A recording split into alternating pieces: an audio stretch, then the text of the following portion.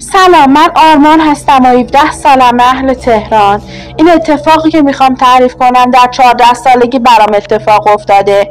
چند وقتی بود که احساس میکردم خونه جو سنگینی داره و هر از گاهی فکر میکردم کسی داره منو نگاه میکنه یا از دستم فرار میکنه. اینو هر چقدر به خانوادم میگفتم باورشون نمیشد.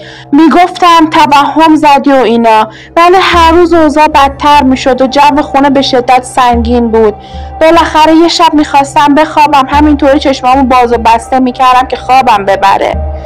یهو وقتی چشمامو باز کردم دیدم یه موجود سیاه که خیلی دراز بود، اونقدر دراز بود سرش به سقف خونمون میرسید، روبروی اتاقم وایساده و داره نگام میکنه.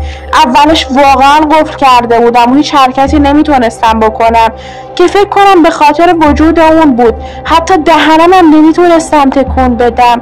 شاید با خودتون بگید بختک چیزی بوده، ولی الان میگم چرا نه. فشار خیلی زیادی روم بود، جو هم به شدت سنگین بود، جوری که نفس کشیدن برام سخت شد. یهو اون موجود اومد نزدیکم که من بیهوش شدم. دوباره چند دقیقه بعد بیدار شدم و اون موجود خیلی خیلی خیلی نزدیکم وایساده بود. واقعا وحشت کرده بودم. بدن استخونی بسیار لاغری داشت.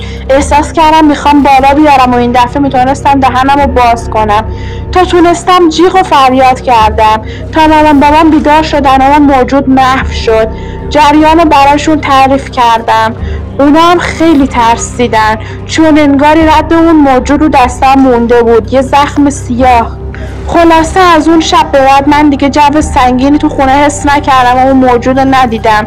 امیدوارم برای هیچ کس اتفاق نیفته.